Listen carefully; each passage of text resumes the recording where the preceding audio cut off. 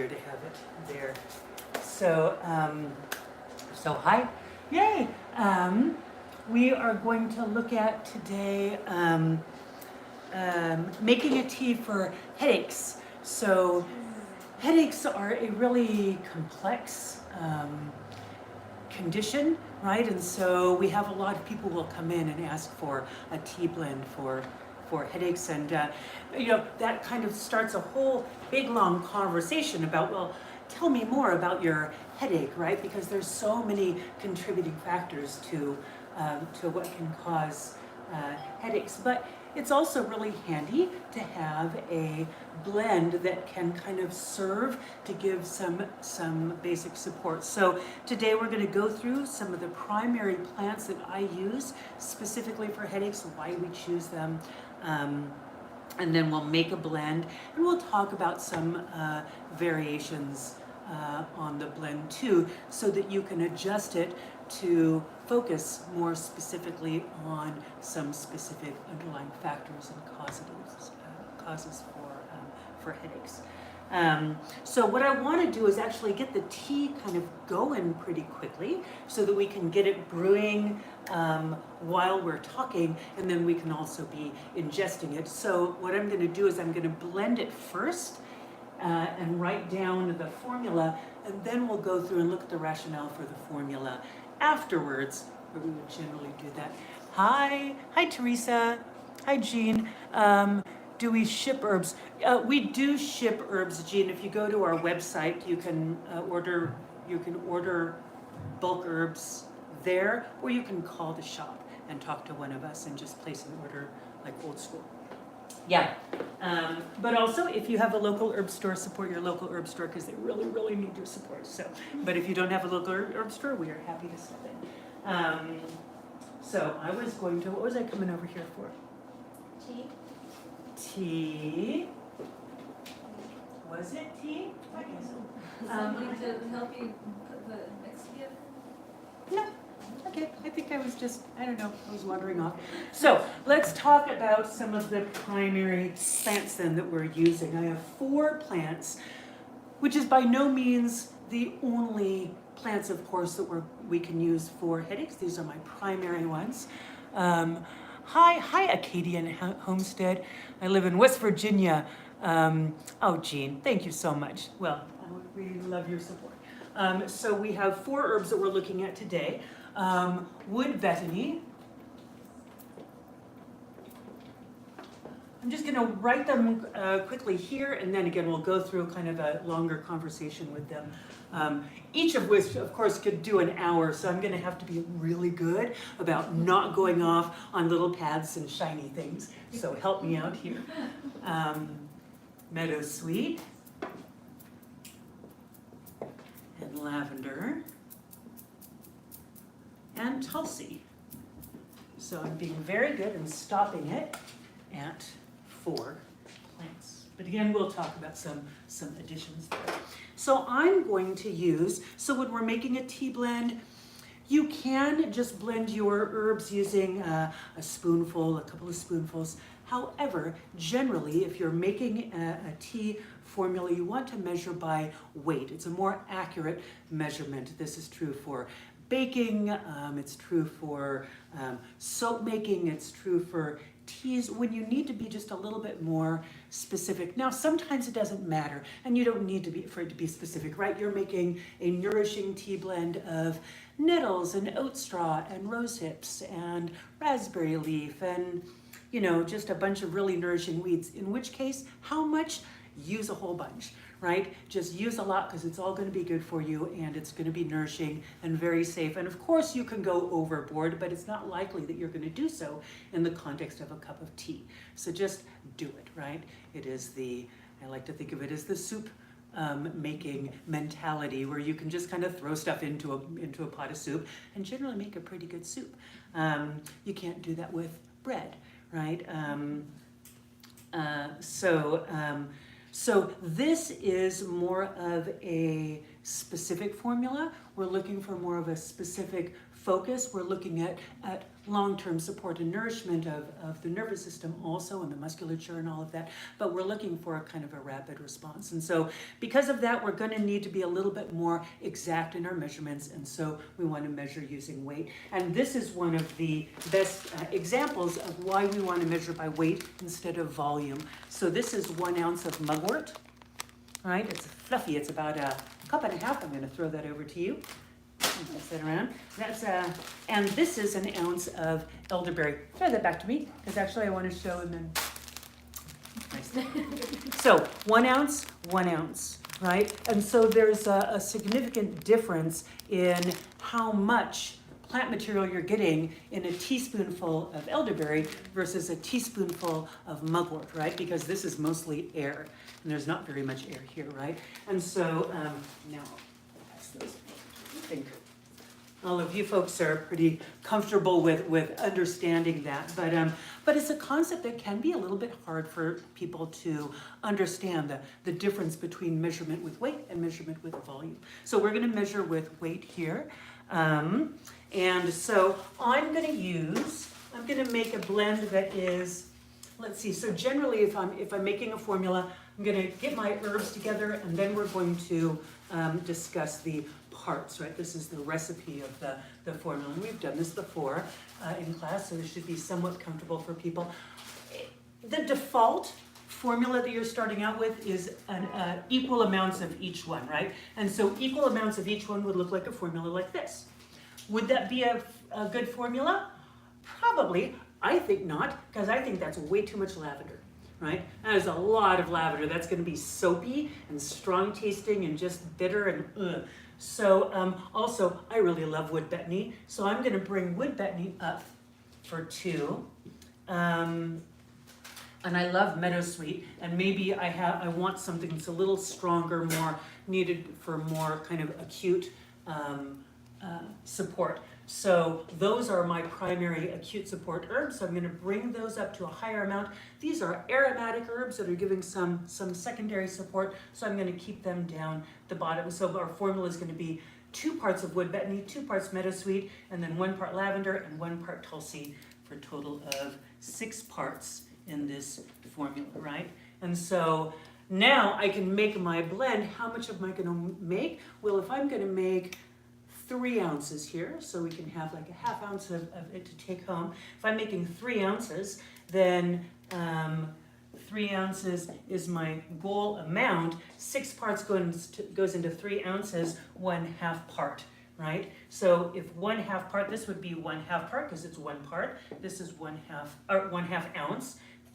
1/2 ounce is a part. Sorry, I said parts when I meant ounces. So a half ounce, 1 ounce, and 1 ounce. And if we do it that way, we add up 1, 2, and we've got 3 ounces here. And so we can divide this up and have an abundant amount of tea that y'all can go home with. So we're going to then measure out wood betony. This is wood betony.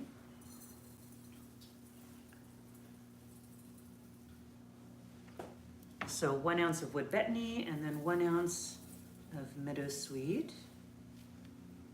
And, a little bit over, I don't care, it's close enough. Because, yeah, we want to be exact, but we don't need to be too exact. And then we'll bring that up to 3. And there's our tea blend. So, I don't know if I've talked online about these, but these are one of my favorite things. These come from a dental supply office, dental supply source, and they're just these silicone measuring bowls. You can pour things out of them, you can weigh things out of them. They're non-stick, they're non-reactive, they are so handy. All right, so there's a blend. That's easy enough. It doesn't have to take a long time or be really kind of overwhelming to do to make your tea blend. All right, so there's our blend. Now, in making a tea, we have a couple of different options. We can put things into tea bags, you can put things in tea bags and dispense them like that. You can certainly do that. My preference though is to have herbs loose in water, not being in a container, in a little tea ball or a bag or anything, because the more the water can move over the plant material, the more extraction we're going to have. And there's some herbs that we might put in here that would really be problematic with, not problematic, but less optimal with the tea bags. And we'll go into that in just a little bit. So I'm going to do, now this is a pretty fluffy formula, and I want to get kind of a good response. So I'm doing about 4 heaping tablespoons in a quart jar. Quart is 4 cups, so a heaping tablespoon per cup of tea. And then we're just going to pour the water over that. You do want to use a canning jar, tempered glass, and not just a regular glass jar, or you want to let your water cool down, particularly in cold weather. The heat shock, the difference between the ambient temperature and the boiling water, even with tempered glass, which is what canning jars is, can cause them to crack, and then you've got boiling water and plants just kind of all over the place. So even though they're supposed to be heat sensitive, sometimes they're not. Now, because we've got aromatics in there, we're going to put a top on there, and see, again, it's such a handy little thing. And we're just going to let that steep for a few minutes while we talk about our formula, and then we will serve our formula. Any questions about the recipe part of it, just the parts? And I went over that pretty quickly, but it was, yeah. How do you decide how many parts of each to use? Does that come with experience? Or? Yeah, so great question. Just in case y'all didn't hear it online, the question was, how did I come up with the parts that I was using here? So, and I did kind of skate over that a little bit quickly, so thank you for bringing that up again. You could make an infinite number of formulas. Okay, maybe not infinite, but pretty darn high with just these herbs, just by changing those ratios, right? So if I had someone who maybe stress was a primary contributor to their headaches, and they wanted something not to take for an acute condition, right? Just short term, I want to get this headache away, which is sort of the formula that I was looking for, but they're wanting to take something that they can drink like every day to reduce their headaches, their stress and tension headaches that they get regularly, right? Then I might make a different formula, because then I'd want probably more Tulsi and even more lavender. I wouldn't necessarily need the meadowsweet to be quite as high, because I'm using it for a long-term effect. And meadowsweet, will go into the usage of it, is more of an acute short-term pain relief plant. And so I might keep that low. Wood betony, I love. It's my go-to for things that are wrong with the head. So I would still keep that up. So maybe that formula would be 2 parts Tulsi and 2 parts wood betony, giving some stress relief and long-term support, and then the lavender for calming and relaxing, and the meadowsweet for reducing some of the pain and inflammation. So the same herbs, but now I've tweaked it to be more of a formula for a chronic, and the first that we made is more of an acute condition, with these being secondary instead of primary herbs. And so that does sort of come to knowing the herbs, why they're used, what they're used for, and then knowing just, how you want to do it. But that's part of the fun, is that there's not going to be a wrong formula that you're likely to make with these. As long as you stick with these 4 and you have a reasonable amount of all of them, you're going to get a good response. But the nuance comes with increasing or decreasing and changing that formula and having them dance together. Does that make sense? Yeah, that's just it. Yeah, great, good. Alrighty, so we did, 2, 2, and 1, 1. And then, of course, after we drink it, because this is theoretical right now, because we haven't actually had it, I've made formulas like this. I've had this formula. Actually, it's kind of a go-to for me.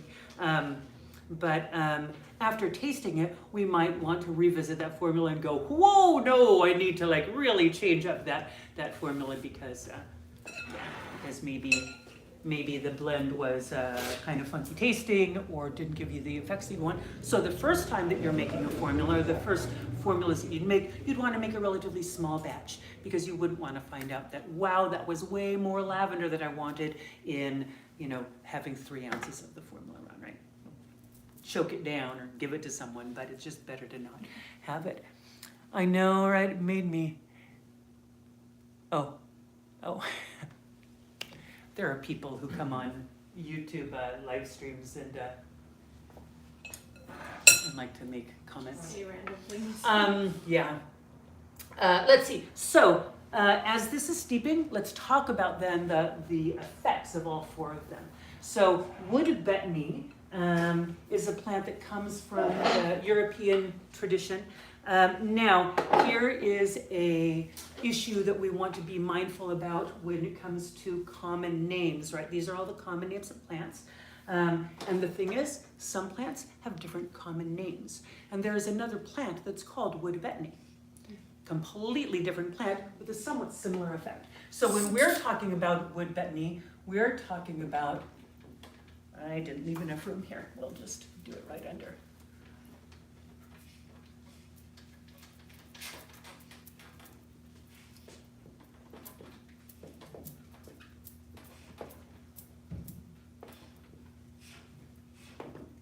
So this is the plant that we're talking about, Stachys officinalis, and this is a member of the mint family, the Lamiaceae family. It's one of the non-aromatic mints, and it is used for headaches. It has again a long history. It was a beloved and valued plant of Druidic herbalism. So it's from that kind of region it comes from. In medieval Europe, it was used quite often for people who were dealing with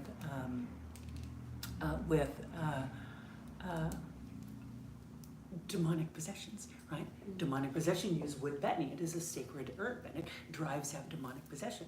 Well, now when we think about what demonic possession is, if we're thinking headaches, mental illness, stuff is wrong in your life. Using a plant that is kind of a tropho-restorative, a tonic for the nervous system or for the brain, makes sense. We see that also with skullcap in that time frame.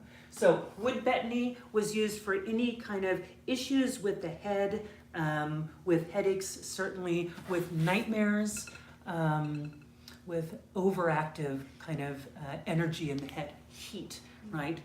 Heat and inflammation in the head. Wood betony is very good for calming and soothing that. It is a lovely, just general nervine without being sedative. So this is one of the other keys to use of wood betony, is that it's not going to make you sleepy. There's a lot of plants that are pain relieving that you can just take just for general pain relief, but they almost always tend to be sedating. And so you're kind of like, if you're having to balance needing to be kind of clear and focused and using an herbal pain relief compound, then that's sometimes a bit of a challenge. But wood betony is a really great one for that. So the other plant, which is also called wood betony, is pedicularis. And pedicularis is a parasitic, a semi-parasitic plant of hardwood forest. It grows on the rootstocks of oaks and apple trees and all of these. It doesn't grow around here because it's not moist enough. But it's a beautiful little plant. There's a number of different species of pedicularis. And it is a really profound muscle relaxing pain reliever. It is a great pain reliever. It's one of our best pain relievers, I think. But it is not abundant. It grows just in kind of specific regions. It's a little bit of a challenge to get. It certainly isn't regional to us. Neither is the other one. Neither of these are regional to us. But this is an abundant plant, and this is not an abundant plant. And this is more of a specific pain relief plant, so it's not giving the nourishment and support, the long-term trophic effects that we're going to be getting from wood betony. So generally we call this pedicularis to differentiate from them. But in older literature, you will sometimes see pedicularis called wood betony. So it's always worth stopping if you see wood betony, to stop for a moment and check to see what species they're talking about before you go further. All right, so wood betony. Meadowsweet is the next plant that we're using, and meadowsweet is a very valuable plant. Filipendula. Julie, would you mind if I grabbed those and brought them over? Are those the herbs? Oh no, yeah, go ahead, yeah, Okay, yeah, that's go, what those are it's- the individual ones, so you can, yeah.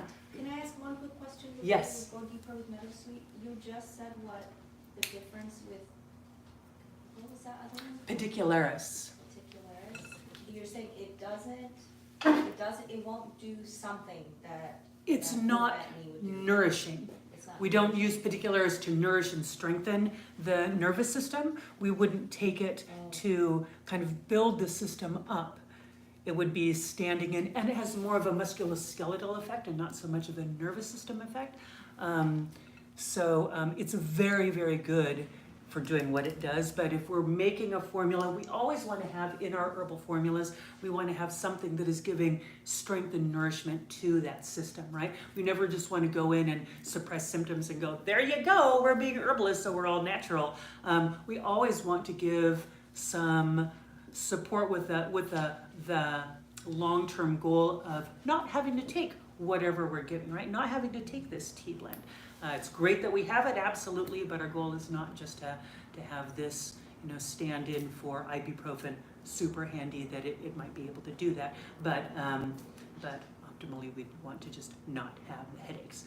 And so doing all of our other due diligence, looking at all of the other kind of cues we want to do. Yeah. Yep. Okay, so meadowsweet. Filipendula, and there's a number of different Filipendulas. Are all of them equally medicinal? Ulmaris is the medicinal. So here we, it's a beautiful plant. It is a lovely, lovely plant. So anytime, and it has been hybridized, right? It's been hybridized a lot because it's such a beautiful plant. So whenever we have a plant like this that is ornamental, we want to be, a lot of the species are medicinal, but not all of them. And when we are selecting a plant to present with a particular growth habit or color or whatever we're selecting for, we're not paying attention to the other chemistry of the plant. And so there is some specific chemistry associated with this plant and specific energetics that may not be there in another cultivar that was grown for, even bigger flowers and maybe variegated leaves. Okay. You could use it and try it, but yeah. Thanks. Sure. I'm trying to grow it, so I want to make sure I have the Yes. best, most medicinal one. Yes, absolutely.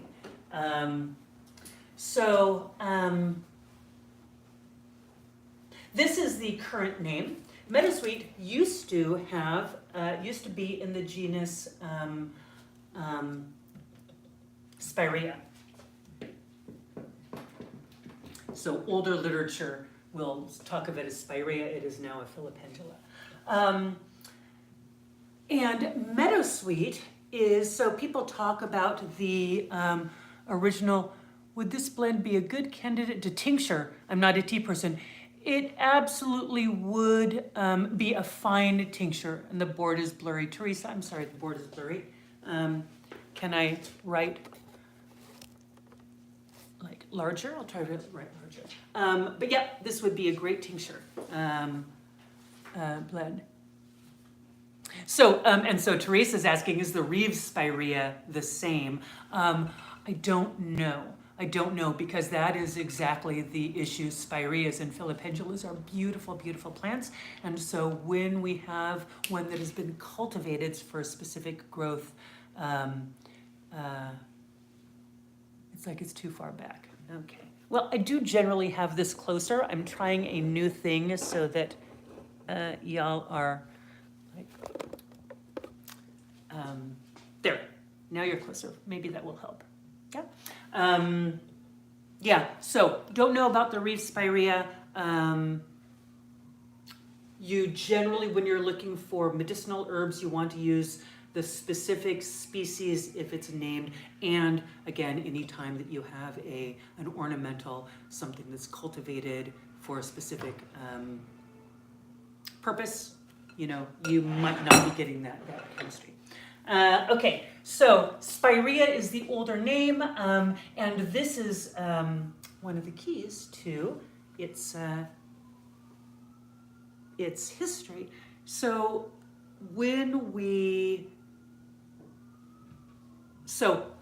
meadowsweet is one of the plants that contains a compound called salicylic acid. So salicylic acid and related compounds, there's a lot of different ways that plants make salicylic acid, is part of what? What?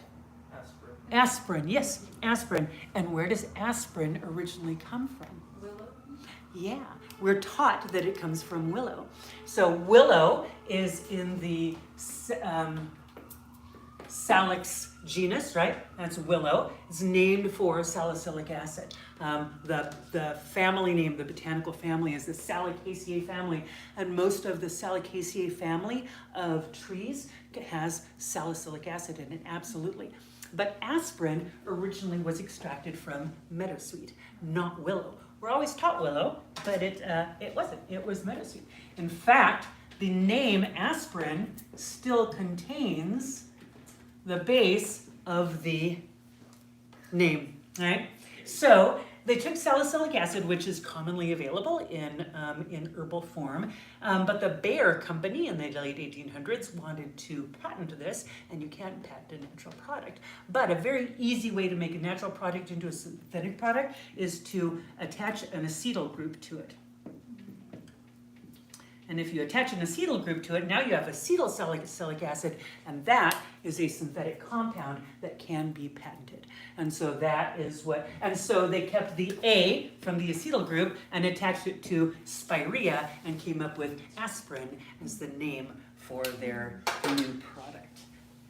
So meadowsweet is a pretty abundant source of salicylic acid and other compounds. We tend to kind of focus on the salicylates, and other compounds that are anti-inflammatory, pain-relieving, kind of quiet nerve reactivity and sensitivity. So this is why we're using it in this chronic formula. We're using it in higher amounts because we want a formula that is going to be effective right away. So meadowsweet is the second plant. The third plant that we're using is lavender. I don't need to write lavender, y'all know lavender. But lavender, I like to use in formulas for headaches because there is quite often that aspect of tension, right? Of musculoskeletal tension that is contributing so often to a headache. And so lavender is a very, very nice, very reliable antispasmodic and kind of calmative nerve relaxant. It is sedating in a large amount, and it is bitter and soapy and funky in a large amount. But if we do just a small amount, then it's lovely. You get just this lovely little lavender hit. And then the final plant is Tulsi or holy basil. And here we're using Tulsi for the dispersing effect. So one of the qualities of the Lamiaceae family, we often like to look at familial tendencies, what a family has to that we can kind of differentiate plants of that family from plants of another family. And one of the things with the Lamiaceae family is that they tend to be dispersants. They tend to be plants that break up stagnation and congestion, right? Now, where that stagnation and congestion is different with the different plants, right? So if we think of catnip, right, another mint family plant, breaks up stagnation and congestion in the gut. This is really helpful for bloating and gas and abdominal distension. Peppermint too. Rosemary for the circulatory system and the heart. Lemon balm for kind of damp, dark, depressive states. And Tulsi also for damp, dark, depressive states. And for just kind of moving energy in the body. It is reliable at regulating inflammation, at regulating stress response, at regulating what we call the hypothalamic pituitary adrenal axis, the interplay between the brain and the endocrine system and the nervous system, which is where one of the kind of the root causes of the stress causing so many physiological responses in the body through that interplay between the nervous system and the brain and the endocrine system. Let's strain this and try this. And Tulsi is lovely tasting. It's just a beautiful tasting herb. All of them are pretty nice tasting. This will be a very pleasant tasting tea blend. So we've been steeping it, and so we've got a nice, beautiful, the fragrance is lovely.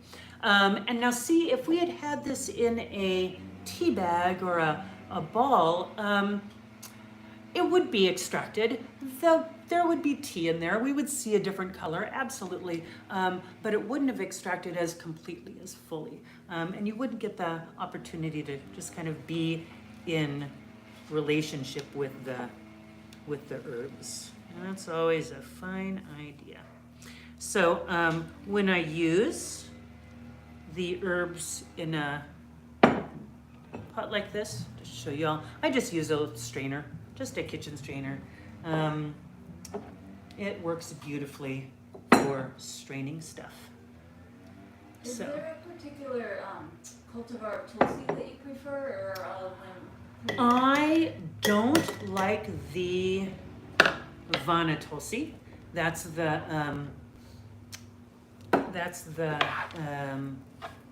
different species. It's the Ocimum gratissimum. It is the tree Tulsi, so it's the one that we have growing had growing at the Growing Experience Farm. We have one out here. It's a perennial Tulsi, and it grows to like 6 feet tall. It's just a big, beautiful one. That one has the least pleasing flavor of all of them because it has a high amount. There you go. There you go. I feel this very, very full. I'm sorry. Okay. Sorry, I put this right in the middle of the room. Oh, you're fine. Yeah, but everyone can kind of see them if they're. We have the Krishna Tulsi is what this is, because that's what Oshala Farm grows, and they are my favorite Tulsi. My favorite Tulsi is Oshala Farm's Tulsi because it's so good. I didn't make myself some.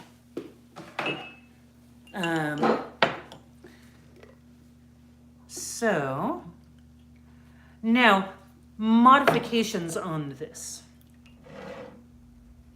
You might, so you can modify by changing, of course, the ratios of all of the herbs, right? You might also want to throw in some oat straw.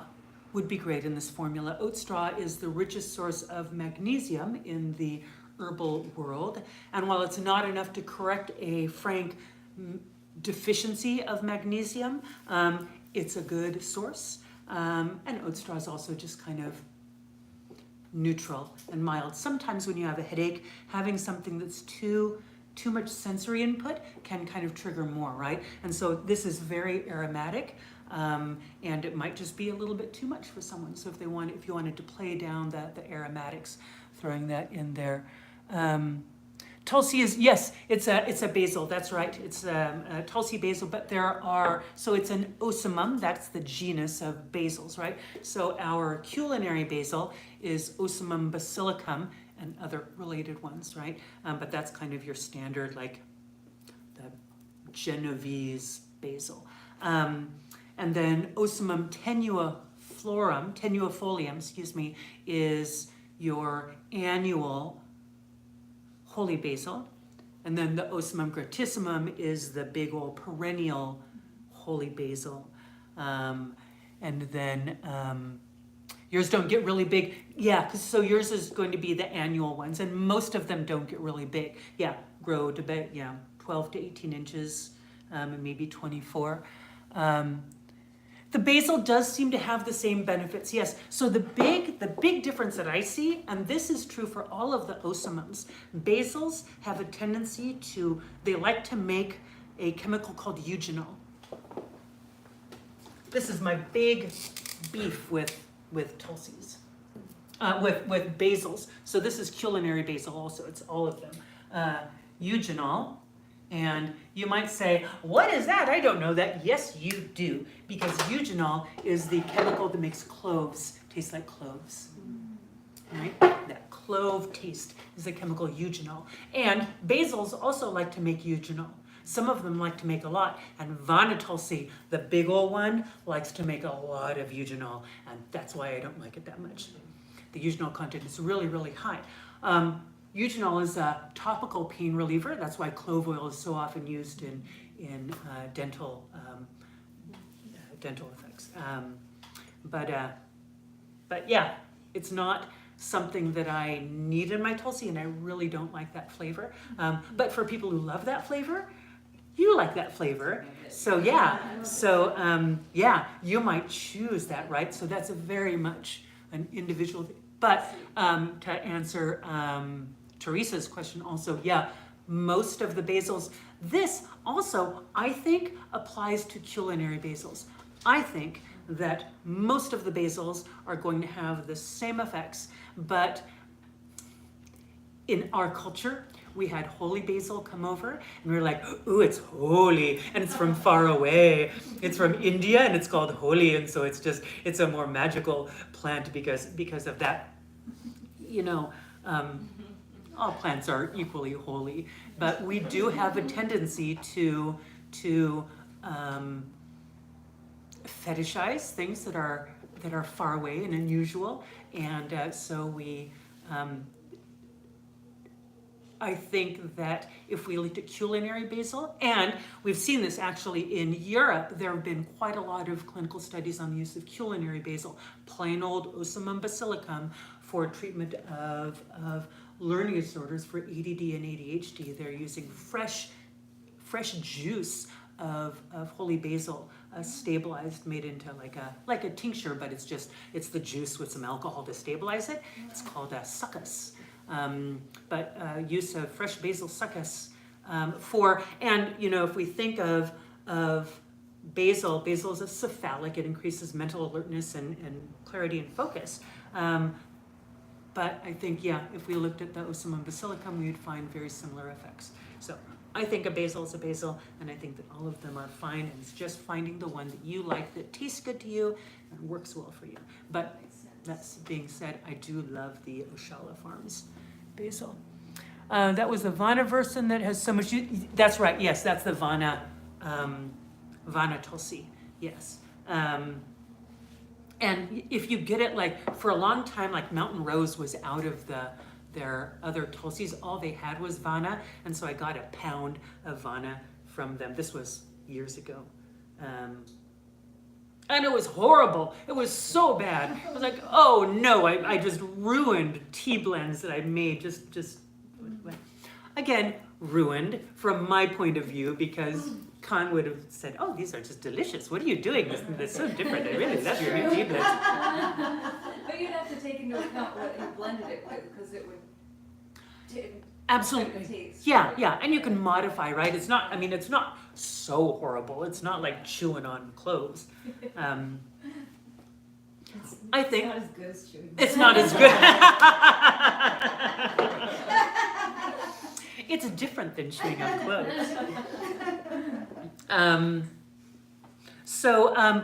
Another thing that you could add here, a very common factor in chronic headaches is dehydration.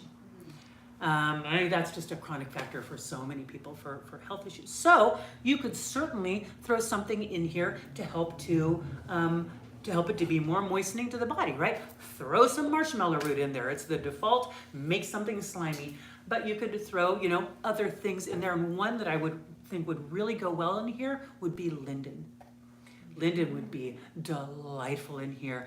Light, if you've never had linden, it smells and tastes like honey. It's so lovely. It's moistening and calming and soothing. It wouldn't have, so if we switched out, say, the Tulsi for the linden, it would have a little bit more of a calming, not sedating, but calming effect. Whereas the Tulsi would have a little bit more of an uplifting, not stimulating, but uplifting effect, right? Or you could put both of them in there, right?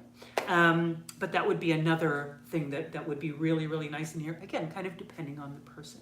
Would marshmallow leaf be good also? Marshmallow leaf would be great. In fact, I think marshmallow leaf would be what I would put in here because all of this is foliage and flowers, and so it's all going to extract very, very rapidly, and so the leaf would be a great thing. Now, Teresa, if you were wanting to make this into a tincture, you would not want to put the marshmallow leaf in there because the polysaccharides don't extract into alcohol.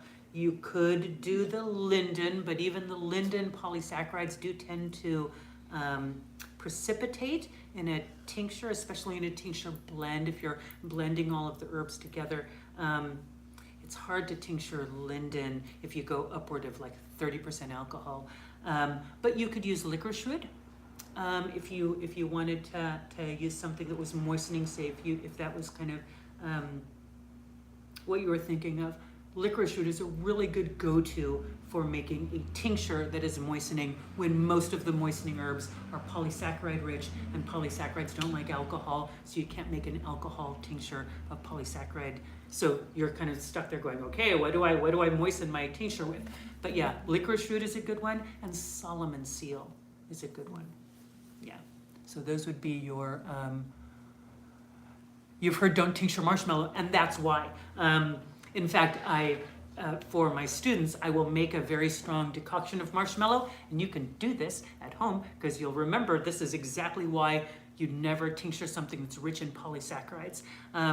If you make a strong marshmallow decoction and then you pour high-proof alcohol in it, the polysaccharides, the slime in the water, precipitates out.